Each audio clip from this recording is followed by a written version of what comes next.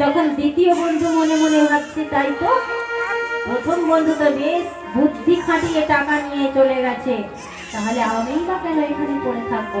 আমাকেও কিছু একটা করতে হবে যাতে করে আমিও কিছু টাকা বের করতে পারি। তাই সেই দ্বিতীয় বন্ধু তখন ছোট ছেলের কাছে গিয়ে বলছে, বন্ধু মানে ছিল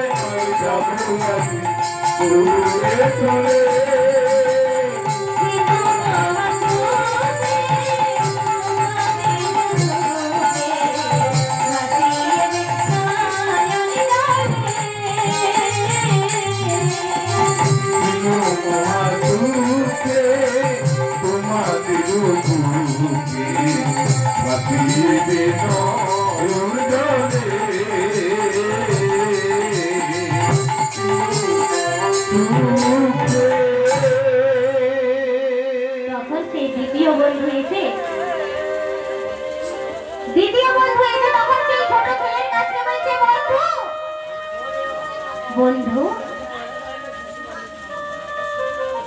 আর আমার তোমাদের সঙ্গে থাকা হবে না বন্ধু।